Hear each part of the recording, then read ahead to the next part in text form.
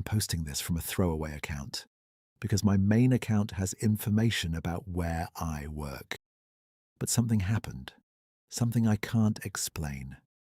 When I was a kid, my grandmother made me say the same prayer every single night before bed. Now I lay me down to sleep.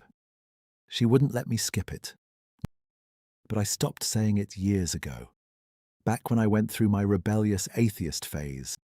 A few months later, my girlfriend left, and suddenly I was 31 years old, alone in a tiny apartment, with too much silence and too many thoughts. So a few nights ago, I started saying the prayer again, not because I believed in it, but because it reminded me of when things felt safe.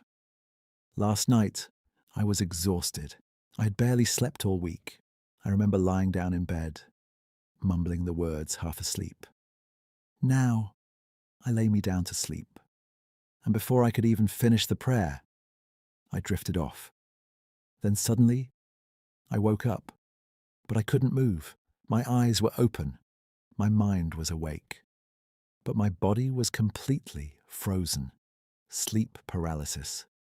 If you've never experienced it, it feels like being trapped inside your own body. Sleep paralysis can cause hallucinations, shadow figures, shapes in the room. But then I saw something, standing in the corner of my bedroom, tall, completely still, watching me. But then the shadow moved, it just leaned closer. As my eyes adjusted to the darkness, I realized something that made my stomach drop. The figure wasn't standing across the room anymore. It was standing right next to my bed, close enough that I could feel its presence. Then it leaned down, right next to my ear, and it whispered something, very softly. It was finishing the prayer. I'd only said the first half before falling asleep, but the thing standing beside my bed finished the rest, in a voice that sounded dry, ancient, almost like it had been waiting a long time to say those words.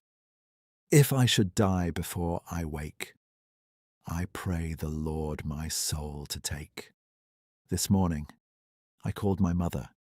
I asked her something I hadn't thought about in years. Why Grandma was so strict about that prayer. There was a long silence on the phone. Then she said something I can't stop thinking about. She didn't make you say it to protect you. She made you say it so it would know you were still alive.